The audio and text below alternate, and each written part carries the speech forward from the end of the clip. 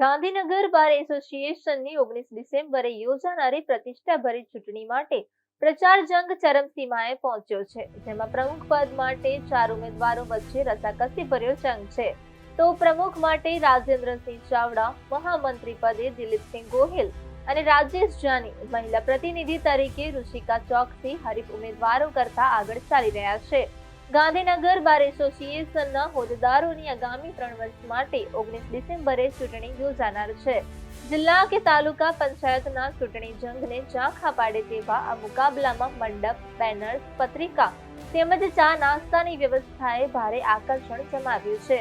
આ ચૂંટણી જંગમાં પ્રમુખ પદ માટે વર્તમાન પ્રમુખ શંકરસિંહ ગોહિલ સામે પ્રથમવાર ચૂંટણી લડી રહેલા રાઠોડ વચ્ચે રસપ્રદ મુકાબલો છે, જ્યારે ઉપપ્રમુખ માટે રાજેન્દ્રસિંહ ગોહિલનું જોરદાર પ્રદર્શન છે.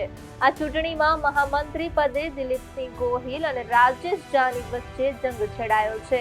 કારોબારી સભ્યોના ચૂંટણી જંગમાં ઉમંગ પટેલ, રોનક મંગાજી ઠાકોર બધાનો વિશ્વાસ જીતી વિજય તરફ આગળ વધી રહ્યા છે. કુલ 1100 જેટલા મતદાર ઉમેદવારોના ભાવિનો ફેસલો કરશે.